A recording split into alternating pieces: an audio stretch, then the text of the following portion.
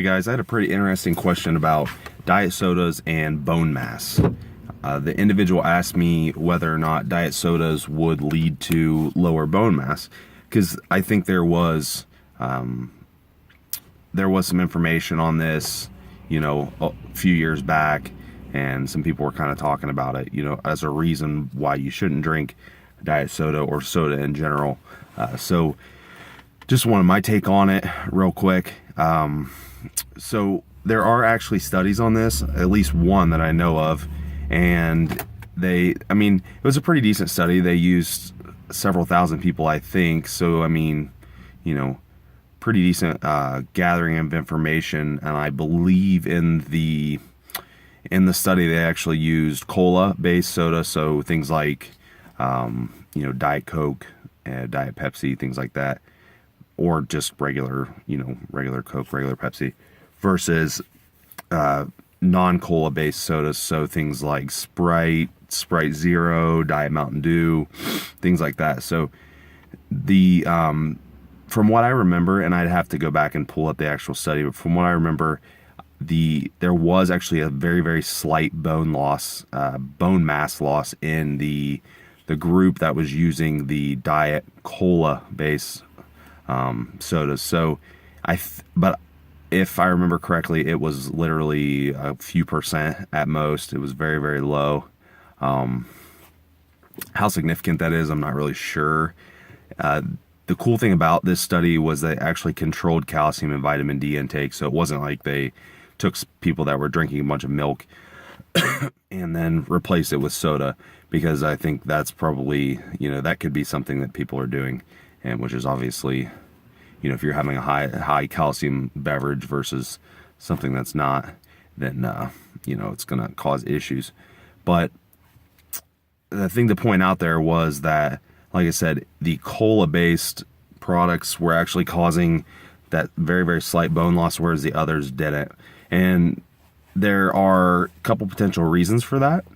One could be caffeine, but something like Diet Mountain Dew does have a little bit of caffeine in it, just like, Diet Coke or Pepsi or whatever. So I doubt that's the culprit, but caffeine could potentially interfere with calcium absorption. So in a high enough dose, that could be an issue. Though I think we'd probably be getting people that were having issues just from consuming caffeine from, whatever other source. So I kind of ruled that out. The other is phosphorus intake, and this is probably more likely the issue.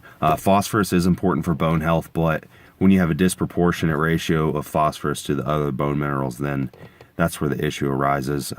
So that is likely the issue, and usually if you look around and do a little bit of digging, that's probably what you'll find as a potential cause is the phosphorus. So you're going to see higher phosphorus content in those products versus the non-dark soda, cola products, or whatever you want to call them. So that's most likely the issue. I would say, just in my opinion, the loss was very, very minuscule. If you are responsible with your intake, and I don't remember what the intake was in the study, but I know that it was relatively significant. So they were pumping them full of soda or diet soda or whatever it was. So that's maybe unrealistic for most people if you're having a diet soda once a day or something, or whatever it might be, or less than that. I really don't think it's an issue as long as you're getting the minerals in your diet. And if you're really concerned, you can always you can always go through, when you get blood work done, you can have certain things tested, at least to see the content in that regard. It's not necessarily going to show you your bone mass, but at least you'll know that you have, adequate calcium and adequate vitamin D, and the other minerals that you need for bone mass. So that's kind of my take on it. Probably not an issue, especially with kind of diets that we're eating. So just be responsible with your intake, and I doubt that was an issue. But thank you for the question. It's kind of a nifty question, so I thought I would cover it here in a video.